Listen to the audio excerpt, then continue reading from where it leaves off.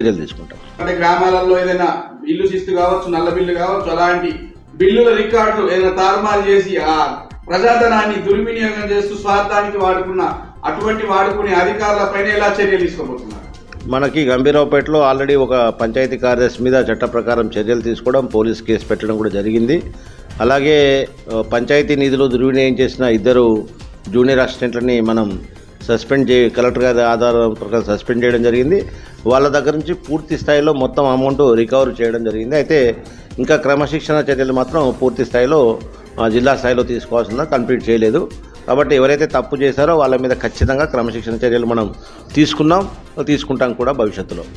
ప్రభుత్వ అధికారులు ప్రభుత్వ కార్యాలయాలకు సరైన సమయానికి రాకుంటే వాటిపైన మీ చర్యలు? మనకి SRDS గైడ్లైన్స్ ప్రకారము, తర్వాత డిస్ట్రిక్ట్ ఆఫీస్ మాన్యువల్ DOM ప్రకారం ప్రతి కార్యాలయంలో కూడా 10:30 నుంచి 5 గంటల వరకు అందరు అధికారులు అందుబాటులో ఉండాలి.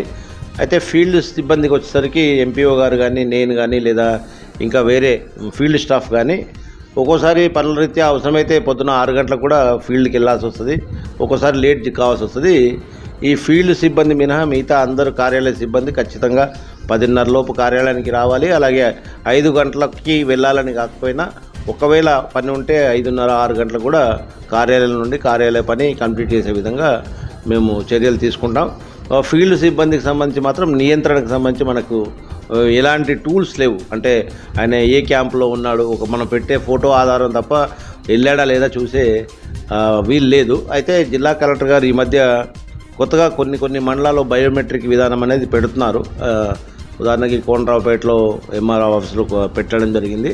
అట్లాగే మొత్తం జిల్లా అంతా కూడా పెట్టినట్లయితే మనం బయోమెట్రిక్ ఒక ఫోన్లో చూసుకోవచ్చు మన కార్యాలయంలో ఈరోజు ఎవరు వచ్చారు, ఎవరు రాలేదనేది. దీనివల్ల ప్రజలకి మెరుగైన సేవలు అందించే అవకాశం మనకు ఉంటుంది. ప్రజాపాలన భాగంగా రాజు